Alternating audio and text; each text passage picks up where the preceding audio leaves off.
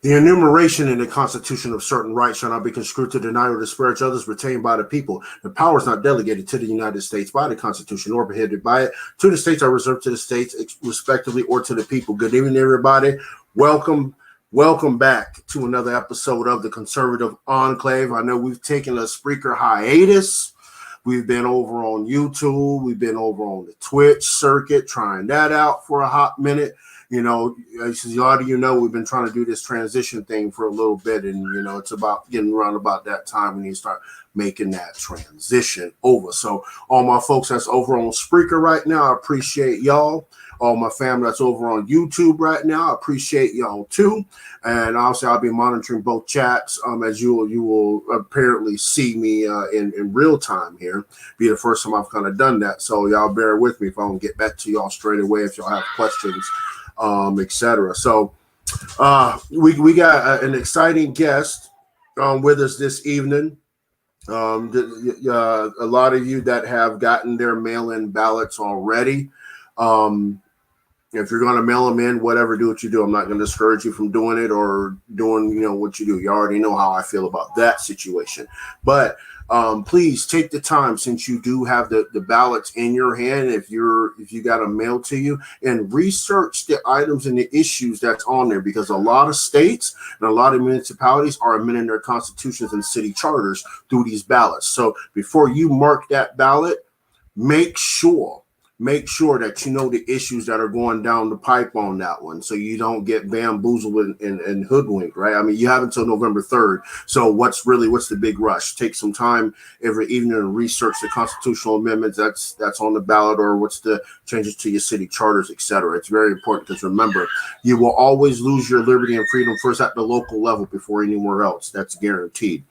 So without further ado, let me go ahead real quick, introduce my lovely co-host. Y'all know her right out of South Kakalaki, Miss Kel Champlin. What's going on, girl?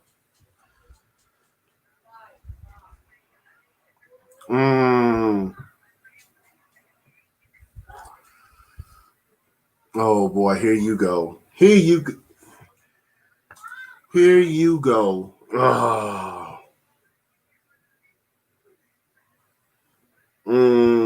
I think our special guest is gonna kind of have to hit you across the head with them Colorado Rockies here in a minute. So I'm gonna go ahead and let him say his piece about the Colorado Rockies real quick.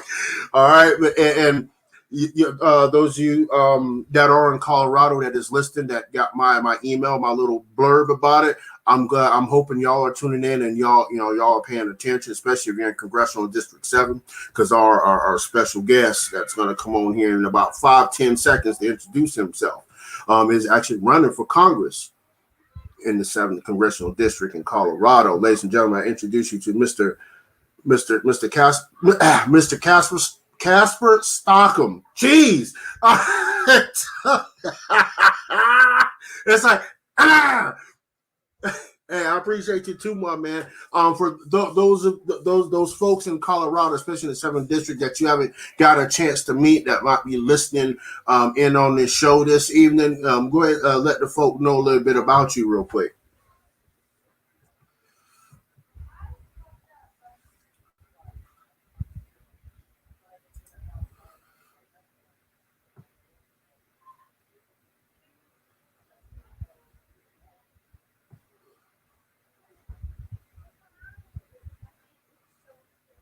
Mm-hmm.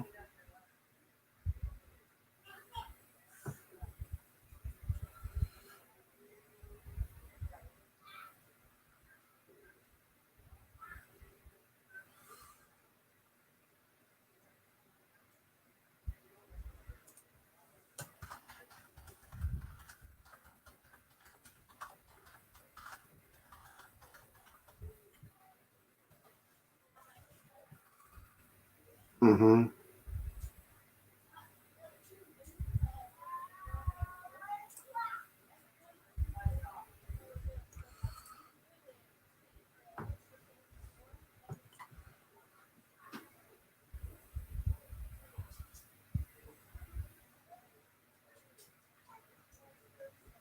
Right.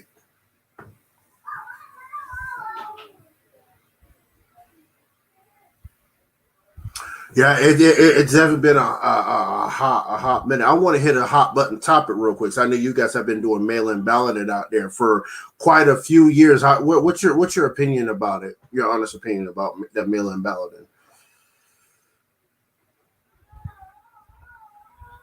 Mm-hmm.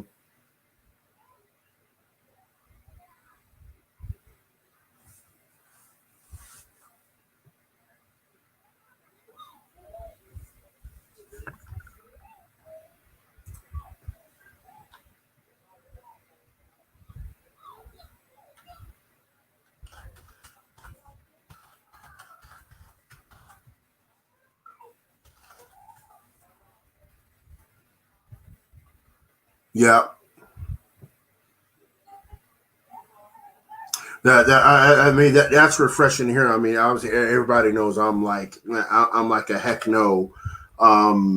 Just from you know what I mean. From a custody standpoint, right? I mean, you can easily change custody of that ballot going into mail service at least 9 times, right? And that just to me, that's just too much responsibility. You know what I mean? Putting your rights and the responsibility and others is like not so much.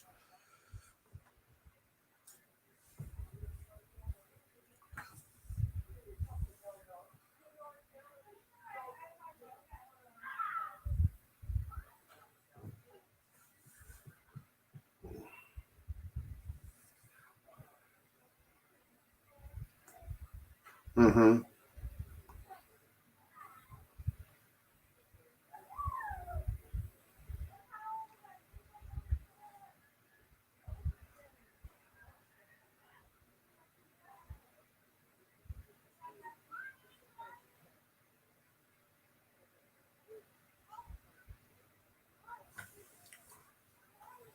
Right.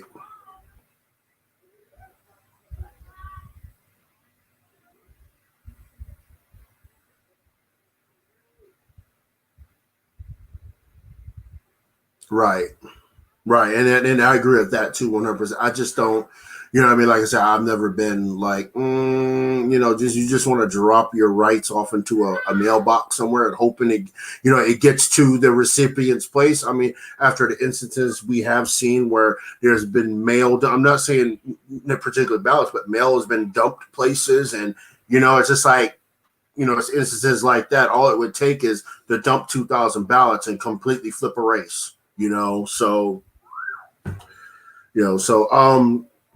my good brother from Colorado. I was reading your website. You're a fellow constitutionalist guy like I am, so that's definitely that's definitely like 5 million brownie points in the book for sure. Because you go ahead.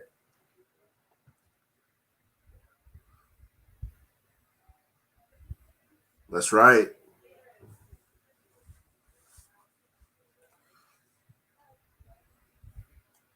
Every time.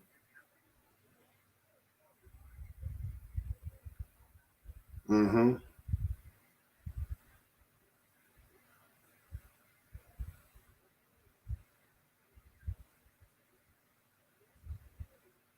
Right. That's exactly right. That's exactly what I do. I kind of do the same thing here. I teach federalism and the Constitution here at the local libraries. Twice a month on on a Saturday. Because it is important to know how empowered you really are. Right, but then again, right? They've gotten away from teaching the Constitution in school because now they've said, oh well, the government is set up by white supremacy, so that Constitution, in essence, was not written for you. And it's like, what? Huh? We fixed that problem.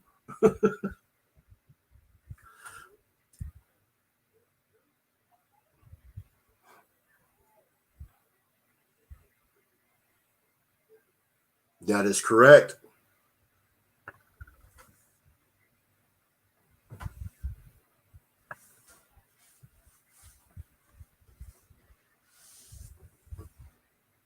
Mm-hmm.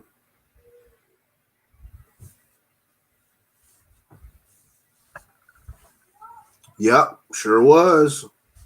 Yep, that's exactly correct.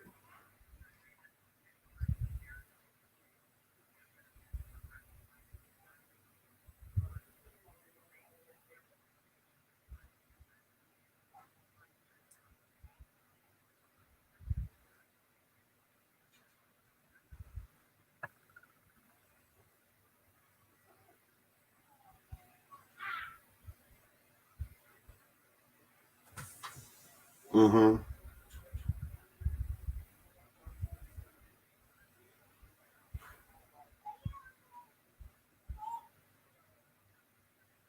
Yeah.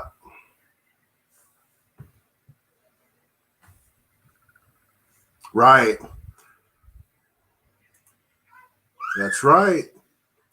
That's right. That's dead right. I mean, people even deny the fact that Alexander Hamilton was biracial. People still deny that to this day. With the foundational physical evidence, they still deny that Alexander Hamilton is biracial. And I'm like, really? Is that what the road we're going down to now? Oh, talking about whitewashing history. You know what I mean?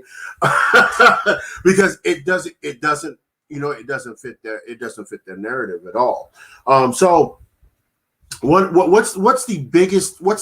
I know you have a lot of issues in your district in particular. What's the biggest one to you? What's the one that one just that mountain that you want to climb when we get you into Congress?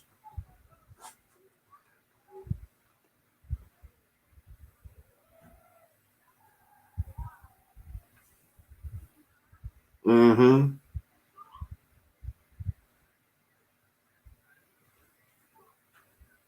Right.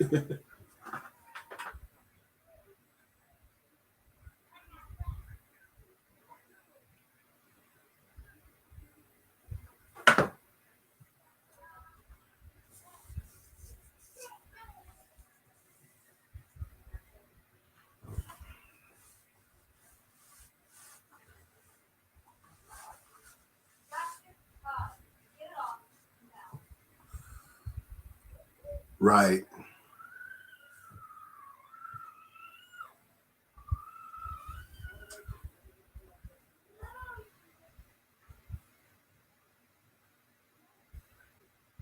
Oh yeah. Yes, they are in Portland at least. Yeah.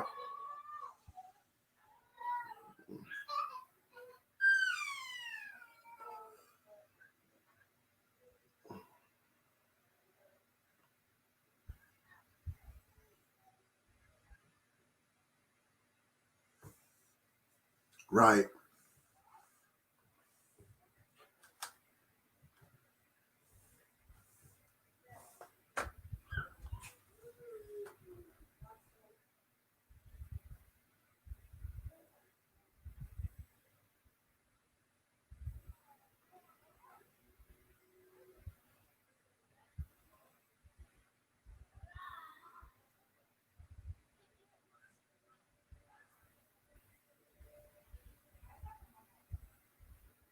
Mm-hmm.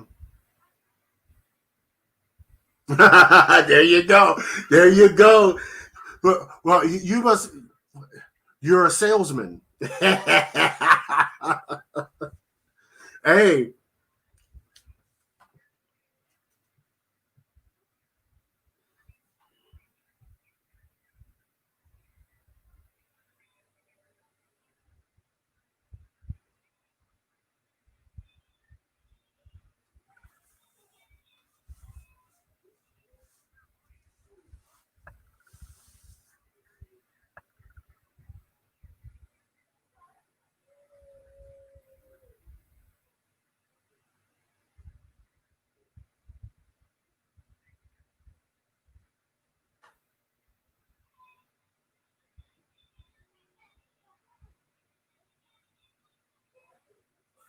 Mm-hmm.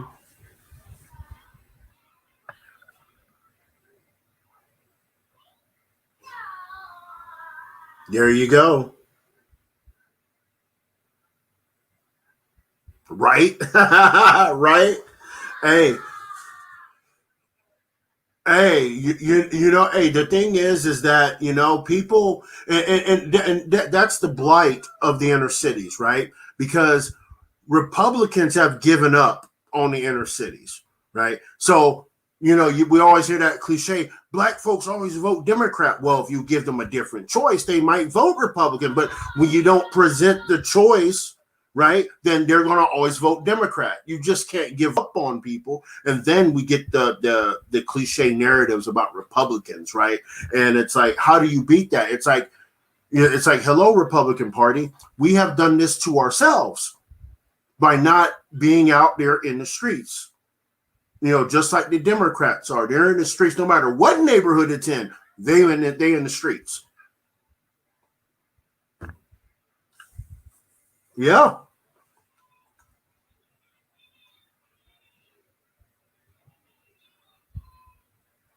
Mm-hmm.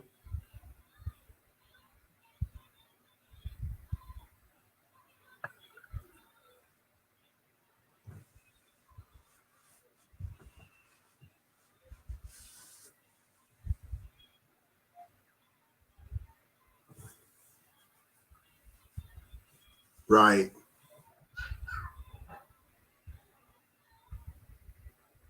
Yep.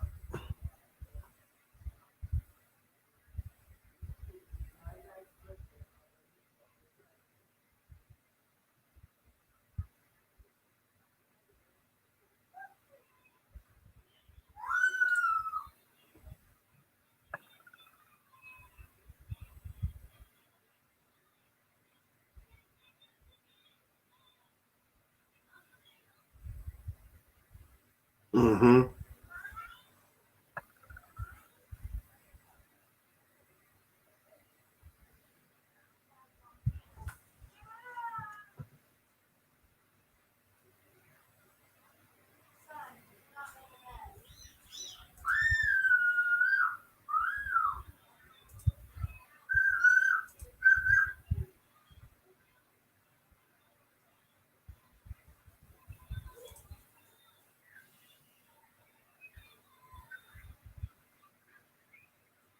That he did. That he did.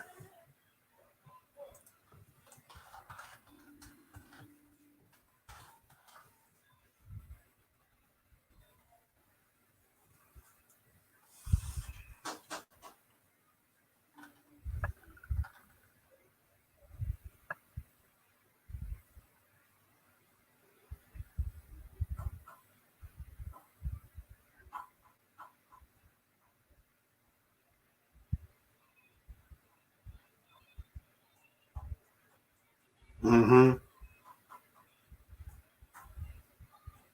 Yeah, we're actually going to do a film. The film crew is actually coming here. One of my young black conservatives that's here that I'm grooming to come up on the activist side of things is going to be part of that film production for that along with Burgess. So it's going to be here. Yep.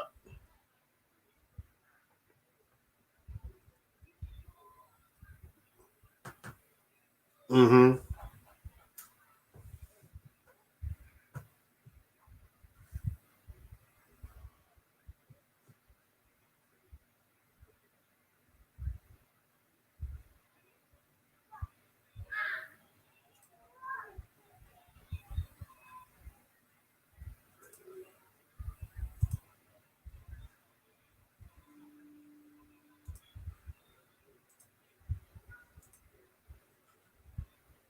Even if only 20 of us made it, or even if 10 of us made it, because right now there's just one, and he's quitting.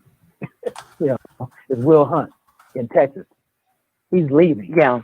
So if none of us get elected, there will be no black Republican congressional in the lower house. Yeah. Congress.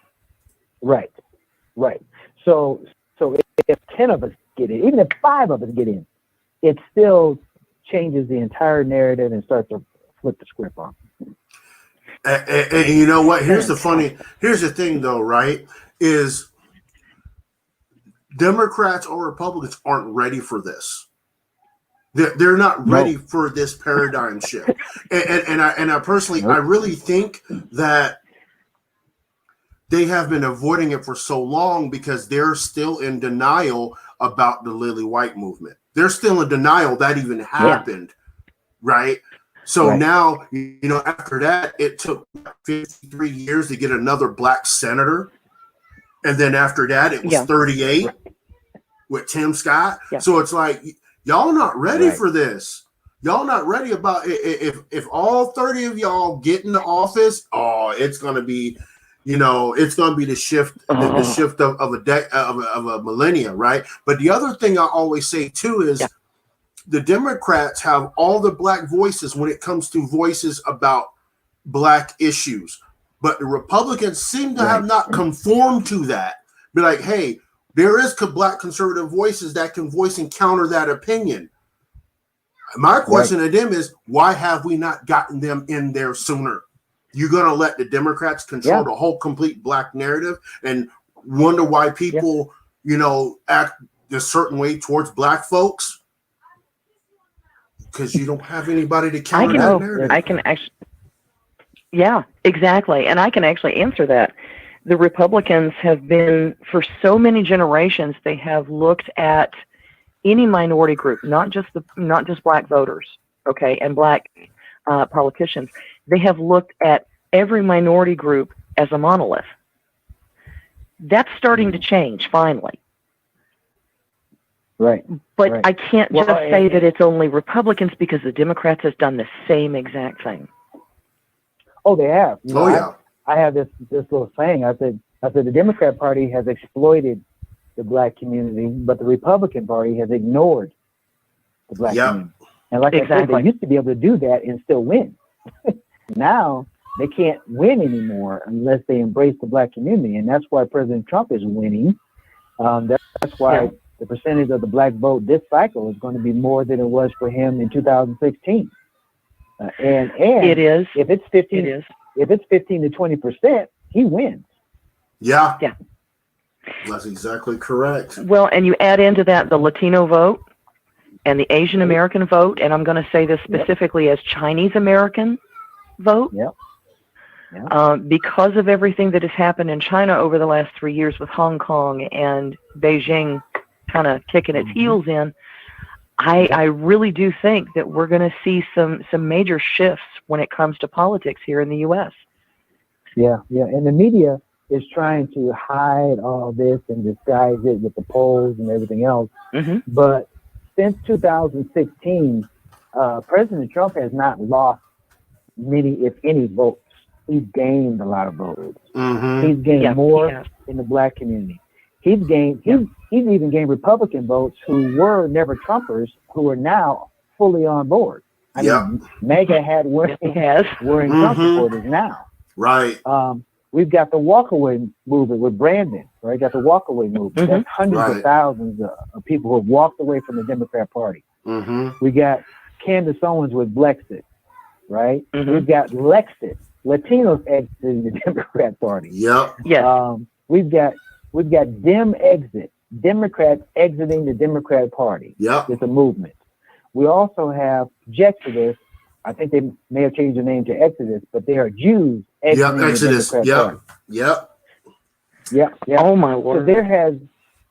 So there's never currently there's no mass movement that I'm aware of people leaving the Republican Party, other than the people who are going unaffiliated because they're just pissed off that there's no spine left in the Republican Party. Or you have those random people, not random, I'm sorry, they're not random, the progressive right, and everybody knows who I'm talking about when I say the progressive right, the neocons, right? They're leaving.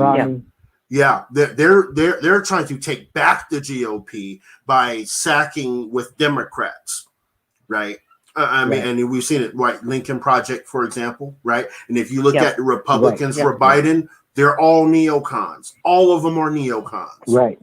You know, and it's like y'all lost control of the GOP because of populism, right? Now you're going to try to mount a fight to affiliate with people that want to basically implement Agenda 2030 and sink all of us while you sit on top using the UN as a military force, using our forces with the UN as a military force to create war to bring more money to America. I mean, I'm just saying, I'm not the craziest guy in the world, but you know, when it comes to geopolitical issues, it's kind of sitting right out there on the platter if people actually look and see what's actually happening. And if they knew what was happening with with Agenda 2030, they wouldn't vote Democrat for a generation. Exactly. And I believe that this crop of black congressional candidates, along with the platinum plan that President Trump is putting in place, I'm confident he's actually going to win. But so we have to keep this thing moving. What I'm saying is that with all this going on, we can flip the entire, well, not the entire, we can change the percentages of black votes voting Republican, switch it back from what it is to what it could be, voting mainly Republican for the next 200 years, as they say. Yeah. Because the writing is on the wall. It's time for the community to wake up. I did a podcast in the inner city community, and I have some haters that just follow me around and hate on me 24/7. Oh, Lord. Which means you're doing the right thing.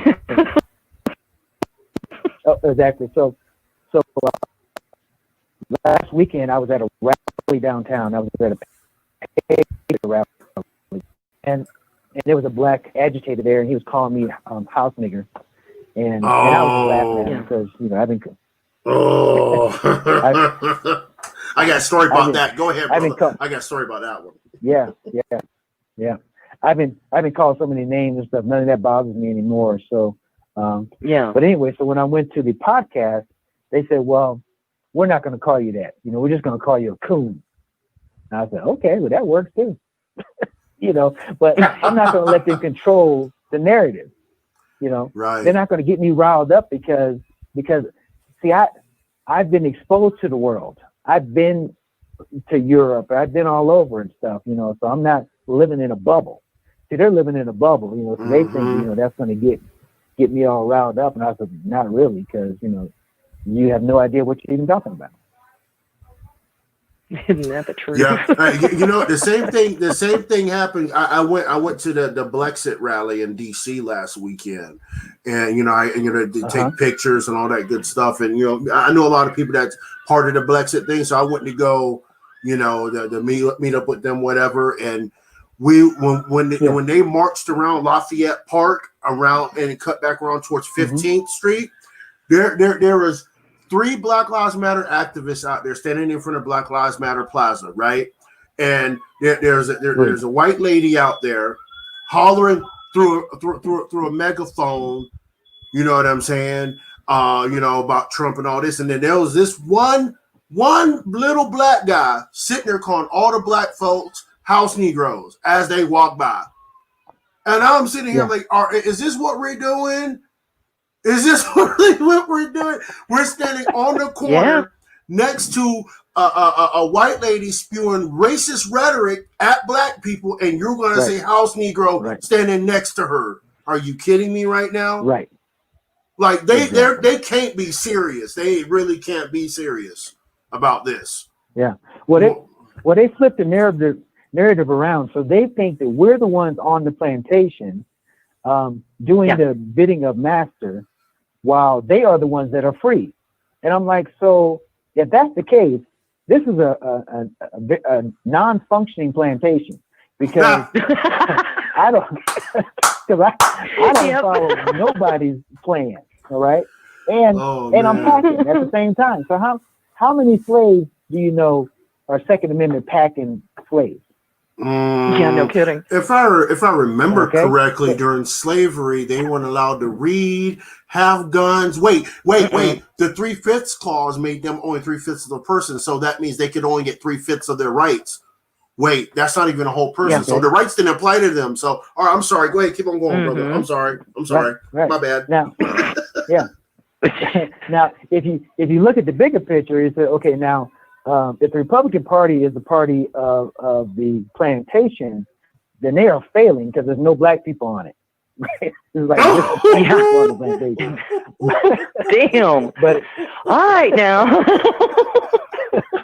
But the Democrat Party now, their plantation is thriving. It's full of black folks, and they're all just loving life on the Democrat plantation. Mm-hmm. I mean, it is, a lot of it is too, though. And the prime example, right? Here's the prime example of that, Mr. Casper. We have audio evidence, like literally audio and video evidence of the opposing candidate, not calling his name. Y'all know who I'm talking about. Calling Jewish folks Shylocks, telling black folks the Republicans are gonna put y'all back in chains, right?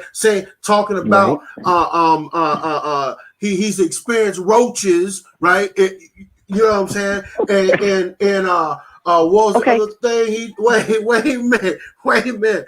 Then he talked about working with segregationists, racist segregationists to get things done. What were you doing working with them, bro? Huh? Rod, but does he carry hot sauce around in his handbag? See, you know what? You had to go there. You had to go there with the hot sauce. And then he had a nerve to say, "Well, is it working? Is it working?" Right. It's like, no, boo. No, boo.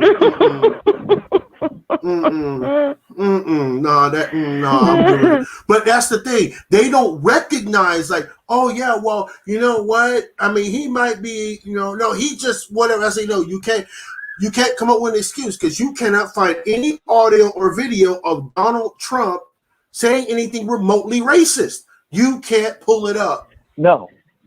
But what you can find very easily is Donald Trump hanging around and Negroes hugging on him, including P. Diddy Dog, whatever his name is, Snoop Dogg, Oprah Winfrey, Spike Lee.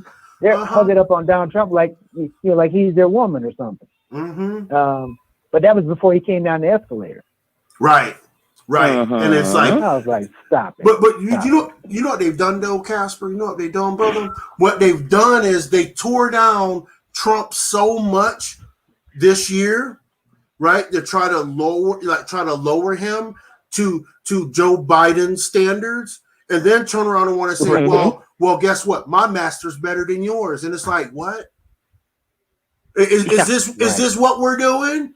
Like you it's not the bigotry of low expectations, it's the bigotry of low estimations. You know what I'm saying?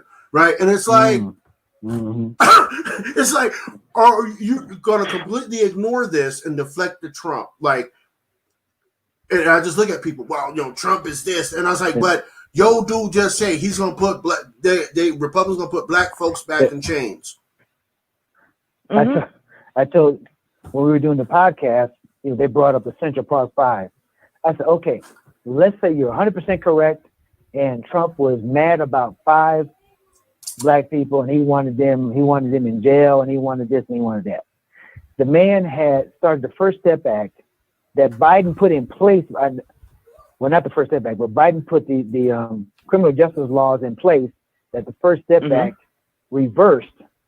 Trump has freed over 11,000 mostly black men from prison. So if you want to talk about Central Park 5 as opposed to 11,000 that Trump has freed from prison from nonviolent felonies, how does that compare? And they said, well, that was probably started under Obama administration. I said, no. Alice Johnson tried to get the Obama administration to pardon her, and they weren't even interested. So, and what's even worse than that, brother Casper, is Tim Scott brought forward not one but 2 bills, one related to sentencing reform that the Democrat held House shot down. He brought forward a police reform act that was shot down by a Democrat House. Right? Those are the facts these folks don't know and don't think about. It's like, you got to look. Or he started under Obama, but what about the black dude that try to bring things through? But y'all chastise him, called him a coon, Uncle Tom, when he trying to do the right thing, and his bills got kicked out. Now y'all want to jump on Tim Scott's train? Y'all better go ahead and get on off the train, all right? Y'all went there before, stay where you at. But the thing is they don't see Tim Scott as a serious. They don't see Tim Scott as a serious senator. They see him as a token, and that's the shame of it. They see us the man is brilliant, and that's what. And that's why I'm saying if 30 of us go to DC, that just completely destroys everything that they, a complete narrative. It just blows it out the window. So now they have the Congressional Black Caucus. We have the Congressional Republican Black Caucus. And there you go. Now we got something. Yep. Yeah, I mean, absolutely. Hey, they can call y'all tokens all day. I guess the lower house of Congress will be a big arcade machine, and they getting played. You know what I'm saying? Plug them in. I know that's right. So I want to hit you on healthcare a second. Like, what is your vision for American healthcare, right? Because we have a very unique system of healthcare than any other place in the world, right? I mean, we have public option mixed with private option, yet they're separate. Private people pay for the public option, and you have an option basically no one knows about, Medicare Part B, that theoretically you don't have to pay anything for, and you can tap into if you meet this criteria. So what's your vision for American healthcare during your tenure? Sure. So I'm a free market guy. I like options.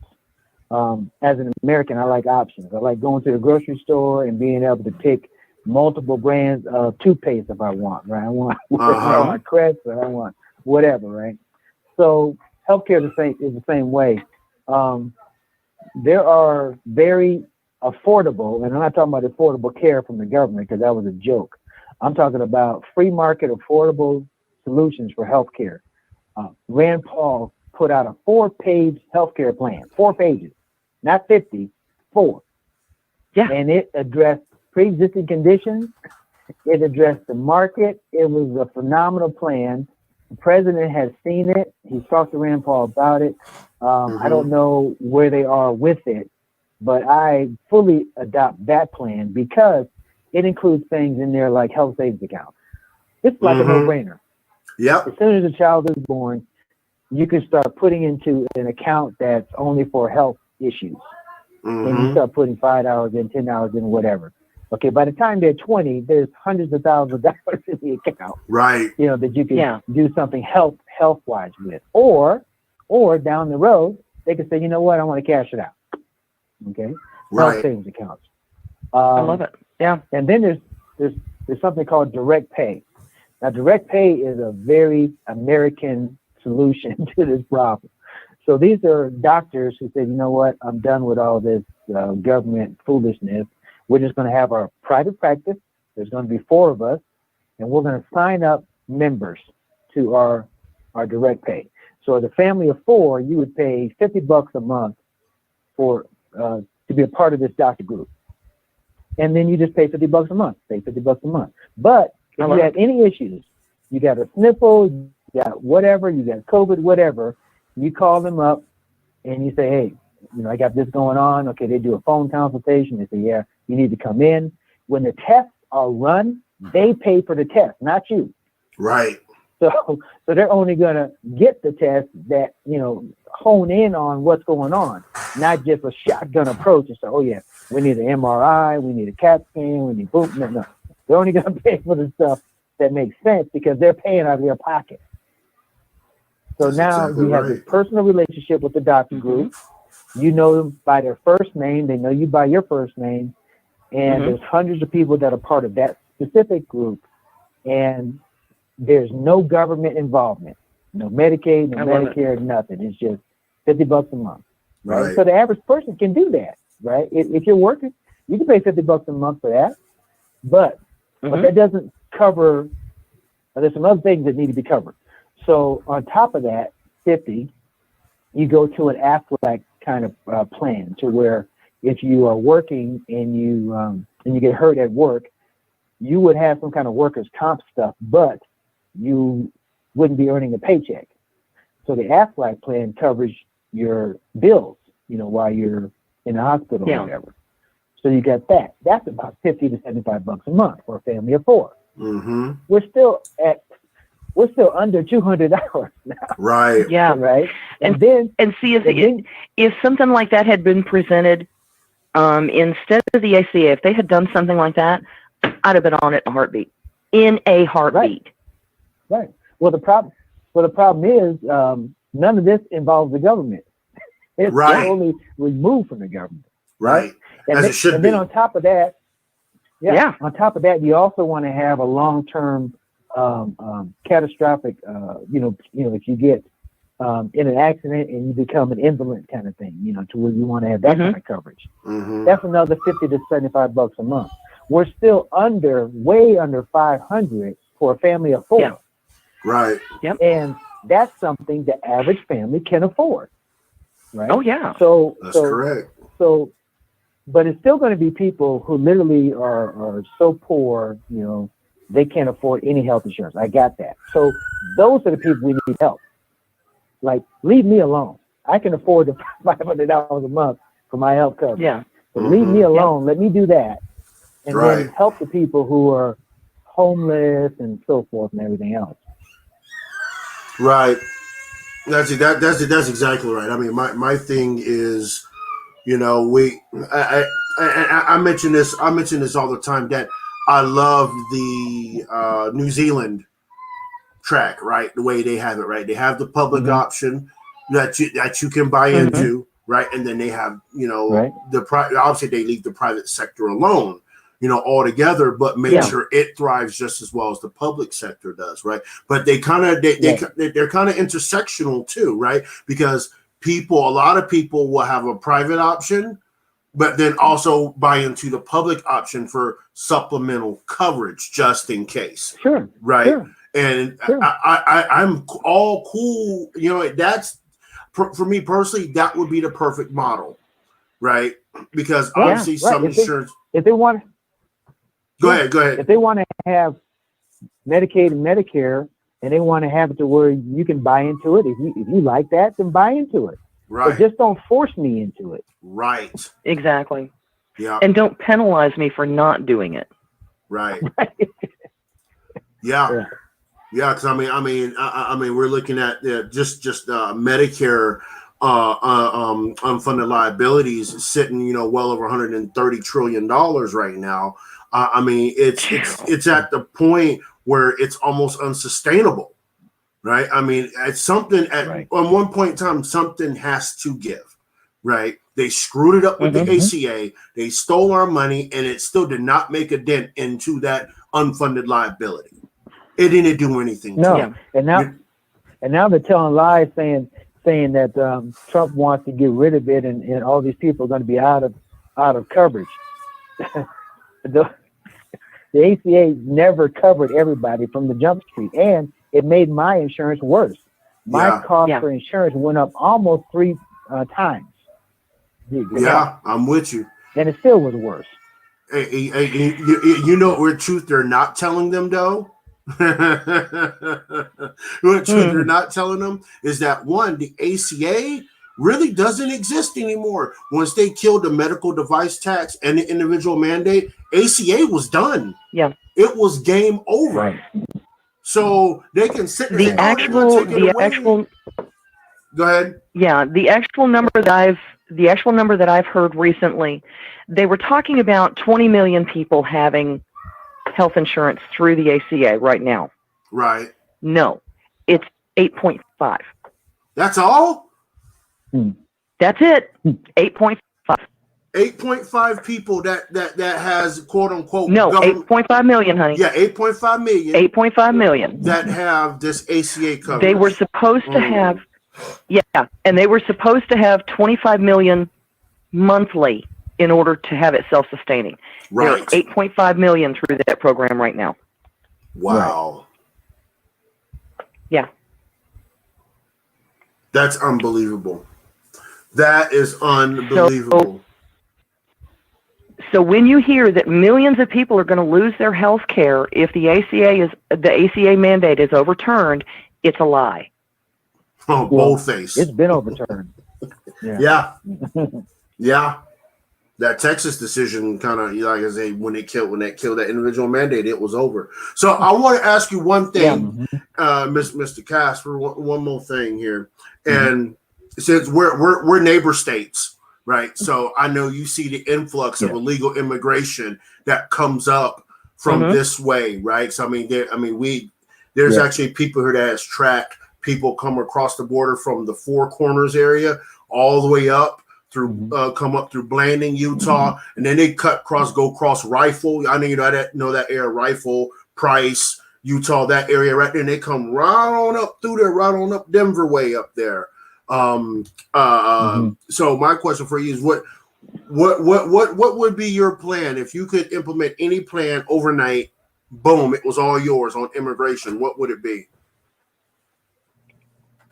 It would be to really concentrate on the legal immigration side to fix that, because both sides claim they want to reform the immigration system, and no one has done it. Now, what the president has done, which has been masterful, is that he has figured out a way how to build the wall. Now it's a fence, wall, whatever you want to call it.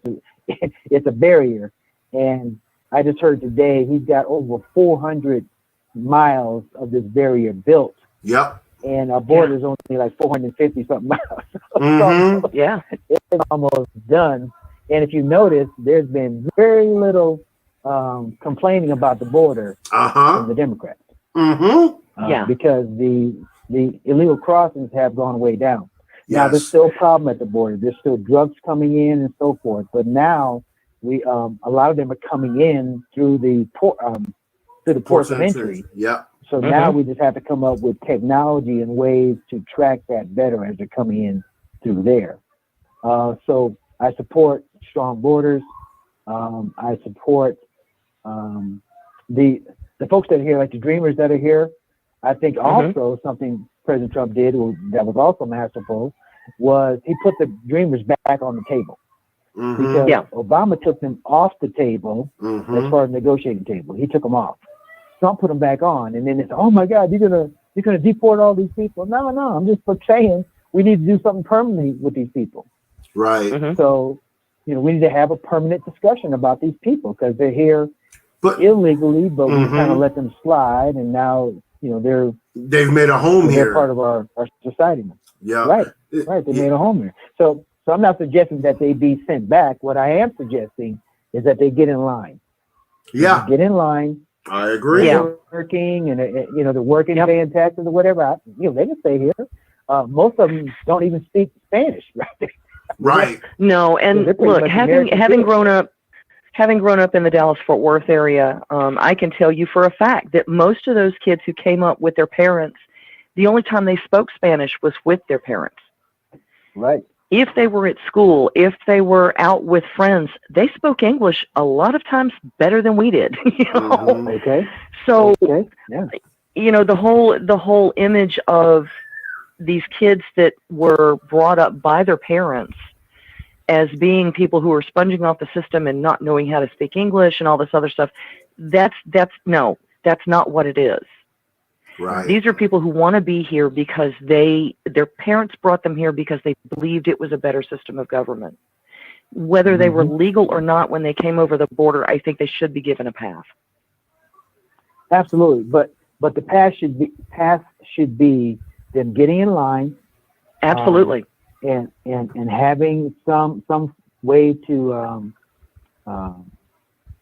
support themselves, not a burden on the system. If they're going to work or school or whatever, they join the military, but get in line. So now they're not in jeopardy of being quote unquote deported because they're on record, they're in line, so they're fine.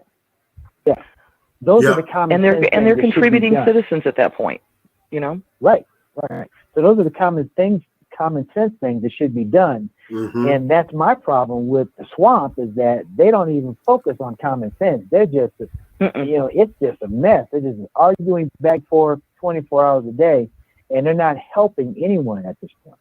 Yeah, when Trump gave them DACA, he straight up said, you know what? Let's make all 13 documented 13 million. I know there's more. Those 13 million people, he's like, you know what? I'll give you DACA. I just want this. Right.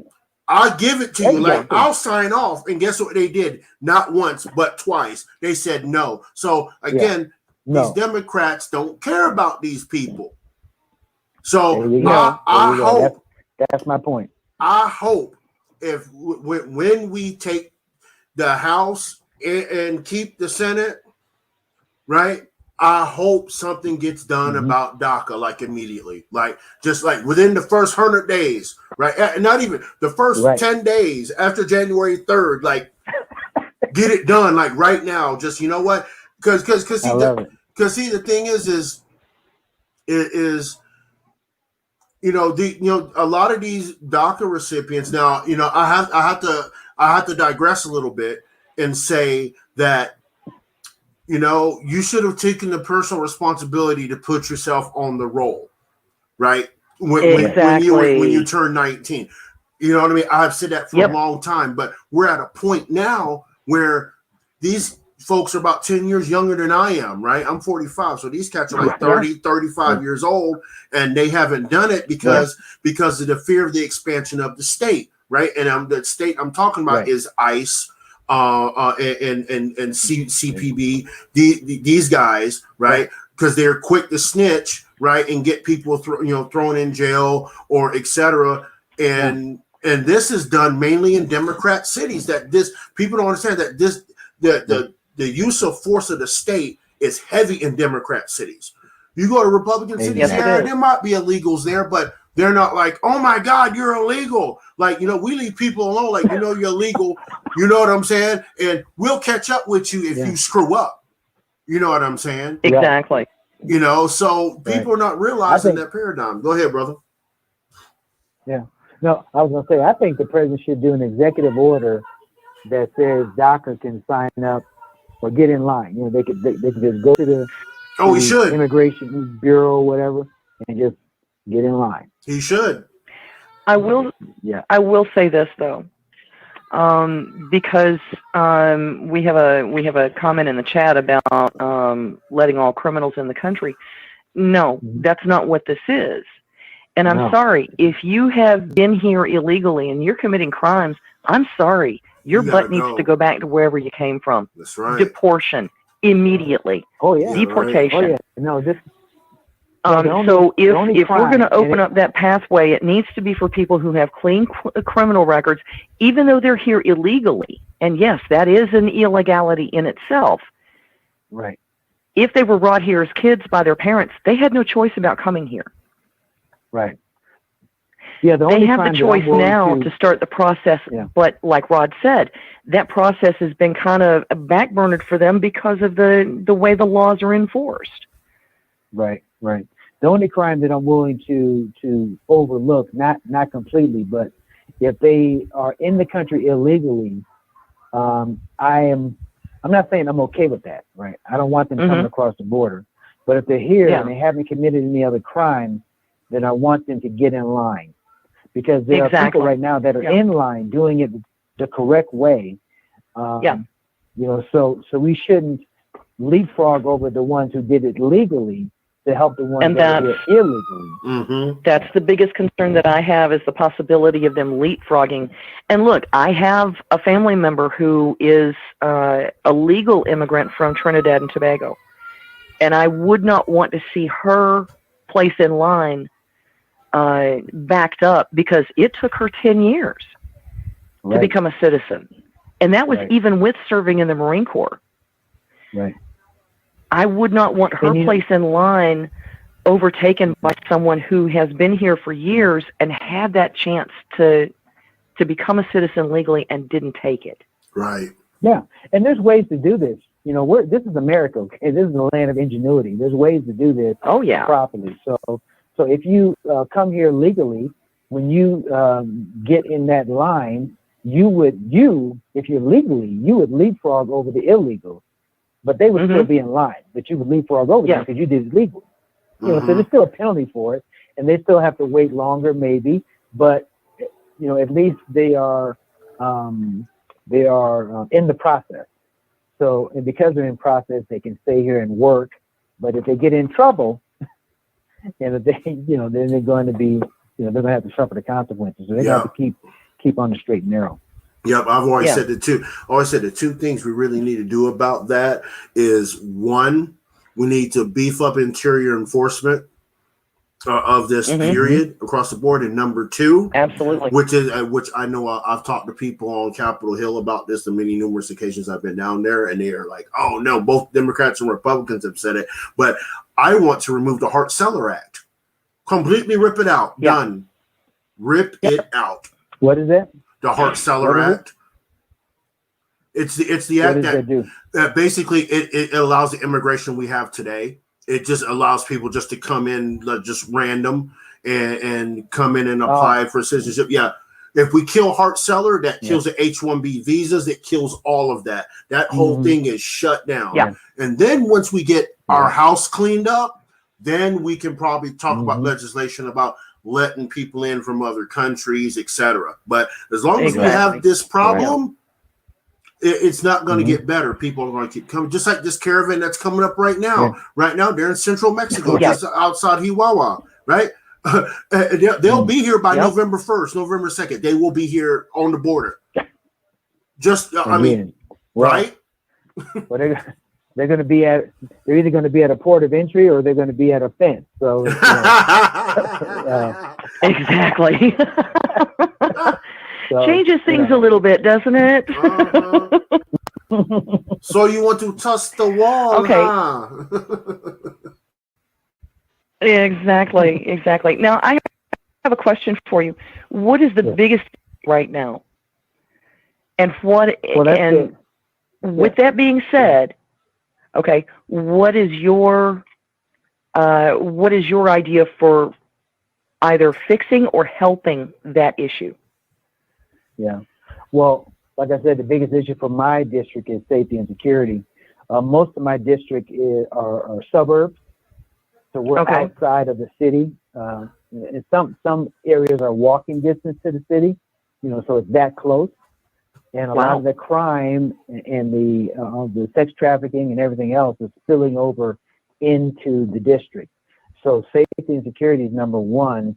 And even though I'm running for U.S. Congress, I can shine a huge spotlight on the lawlessness that's going on in the city.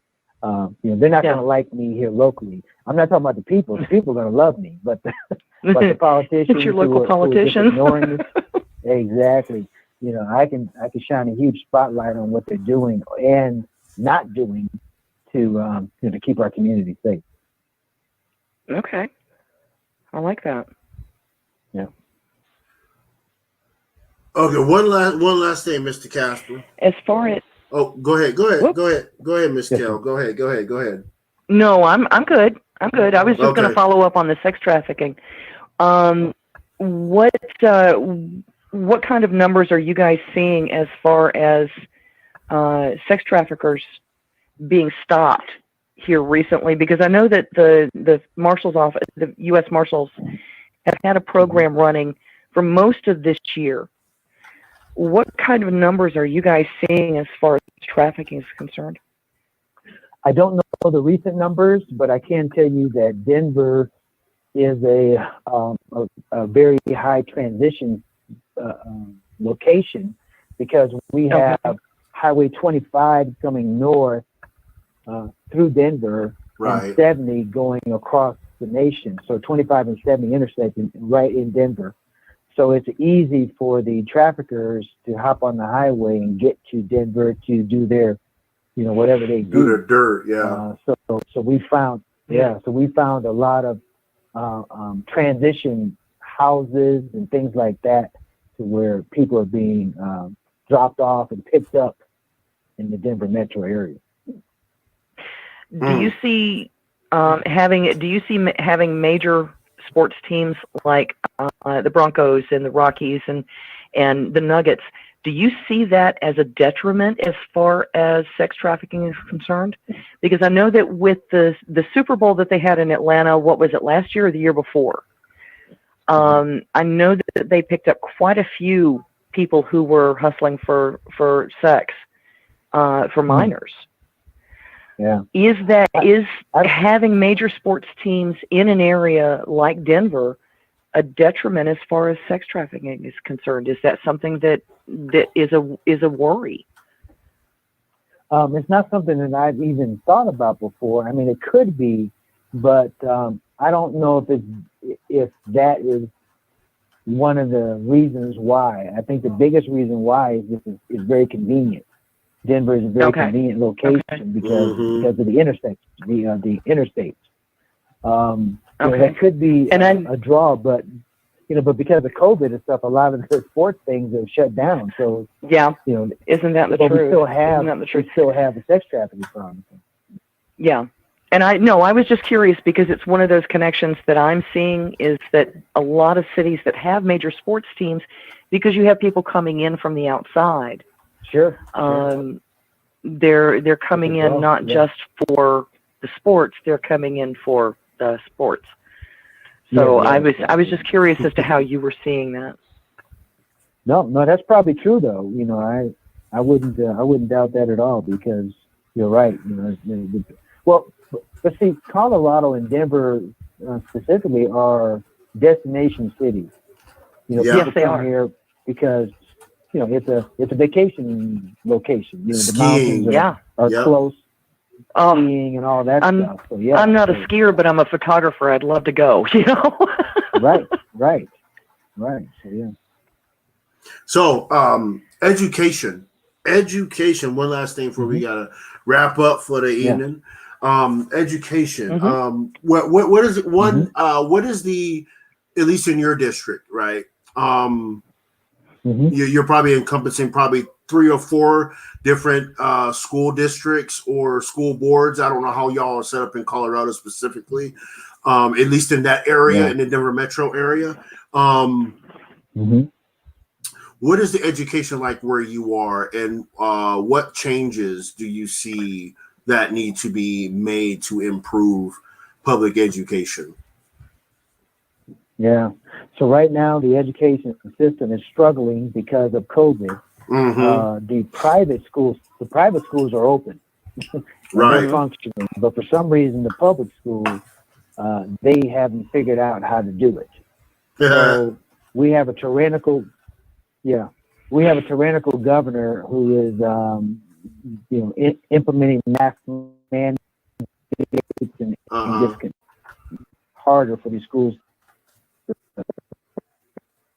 Now that our children can definitely catch COVID, dying from COVID or even being seriously ill from COVID is about slim and none. Right. So our schools should be open. They should be open. Now, the instructors and the teachers and so forth, if they have co-illnesses and stuff that they have to be careful with asthma or whatever, then they should do the online part of it. So we should get our kids back in school immediately and have the younger instructors and teachers be in school teaching our kids, because they also have a very low death rate or whatever you want to call it. So it's supposed to be open immediately. When it comes to education, I'm a school choice guy. In other words, I want there to be options, just like with healthcare. I want there to be homeschool options. I want private school, public schools. I'm not trying to shut down the unions or whatever. I just want there to be options, because when there's options, there's competition. And when there's competition, the public school system has to up their game to stay functional. Because right now in the inner cities here in the Denver area, we have like a 40% failure rate. Oh, God. Failure rate. Whoa. Yeah. So it's like the public school system, our kids are failing out of the schools. So why on earth would we keep putting money into a failed school system when the charter schools, even the private schools, So I'm like, so the private schools and public schools are doing well. The kids are thriving. They're graduating. So I want to put my money there. I don't want to put it in the public school system. Right. I mean, there's no reason that the education should be this, public education should be this poor with the $67.9 billion budget. Just saying. Right. Yeah. Right.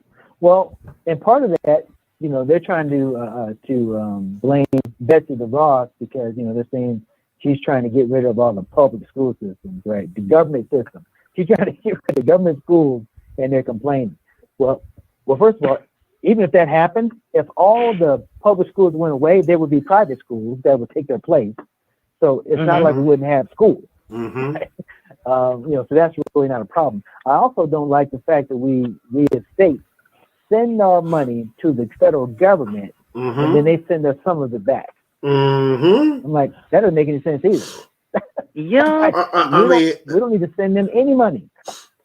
But my argument for that is always when people give me that person give me that argument about public education and Betsy DeVos, and I'm like, show me in the Constitution where it says that the federal government is responsible for the education of the people. Show me where that is, and don't quote me the general welfare clause because that has been stretched way beyond belief. So show me where in the Constitution it says that the government the federal government is responsible for educating the people. I'll wait, and they usually just walk away. And they get mad and walk away. So it's like it shouldn't even be there. It's a state issue. But before they walk away, they'll call you a coon. They call you coon and walk away. Right.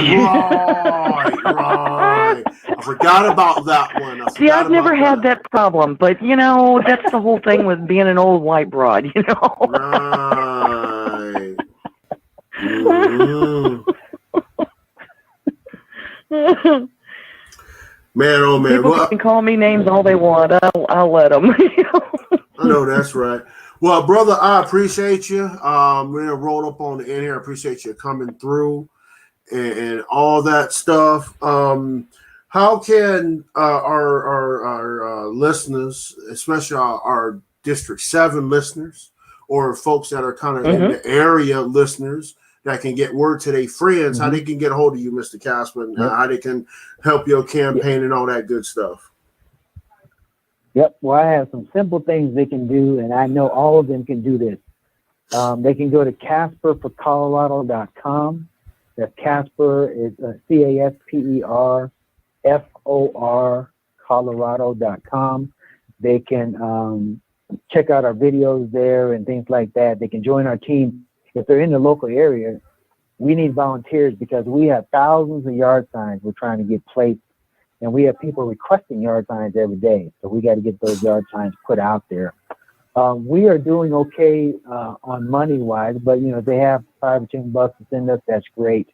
We're not even so much focused on raising much money because we're, at the tail end of the election. But we do want volunteers. But something people can do, even if they're listening from a different state, is they can go to my campaign Facebook page, which is Casper for Colorado, and they can like the page and share the page, share our videos, share the information about the 30 or 29 of us who are running for Congress this cycle. If we can get that to go viral, that's going to really open up some eyes and maybe even get some national coverage from the Sean Hannitys of the world and so forth. I love it. So that's what they can do right now. We're on Twitter, we're on Instagram, we're on Facebook. All right. Greatly Okay, appreciate now it. Go ahead. I'm going to also plug your book. It is on Amazon. It's called The Great Black and Millennial Awakening. It's by Casper Stockham. Again, guys, that's available on Amazon. So please go through them and purchase that. It looks like it's a great book, and I will probably be doing that myself this evening. Amen. Thank you. You're welcome. Oh, most certainly, brother. And I appreciate you taking your time out. We all are going to, especially us Black conservatives, we're definitely watching all these races, right? We're keeping up with the progress of these races and make sure, there's no tomfoolery. You know what I'm saying? going on around here. You know what I'm saying? And brother, I'm just a state over. I'm only 7.5 hours from Denver, or a 45-minute plane flight. So if you need some injection or some diesel fuel from the other side of the border, you just holler. I'll be right there in a heartbeat, man. I'll be there in a heartbeat. But those same on this side.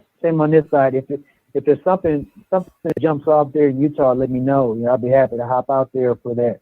For any of the press stuff or whatever. Okay, hey, excellent, excellent. We'll definitely we'll get together on that for sure. Ladies and gentlemen, I appreciate y'all for coming through this evening and listening to my man, Mr. Casper here. Make sure if you are in the 7th District, Colorado, make sure you check my man out right here. Then when you get your ballot, I'm gonna kind of repeat what I said at the start of the show. You got your mail-in ballot, you hold on to that sucker to November 3rd until you have researched every issue on that ballot and you know for sure what you are voting for, right? These mail-in ballots, people, are blessings. They are blessings in disguise because, you wouldn't think 10 years ago in the information era, right, that it would be so hard to see what the ballot looks like. You're getting it in your hand on what's going to be on the ballot, gives you an opportunity, gives you 3 weeks or so to research them issues. Again, your state constitutions could be amended.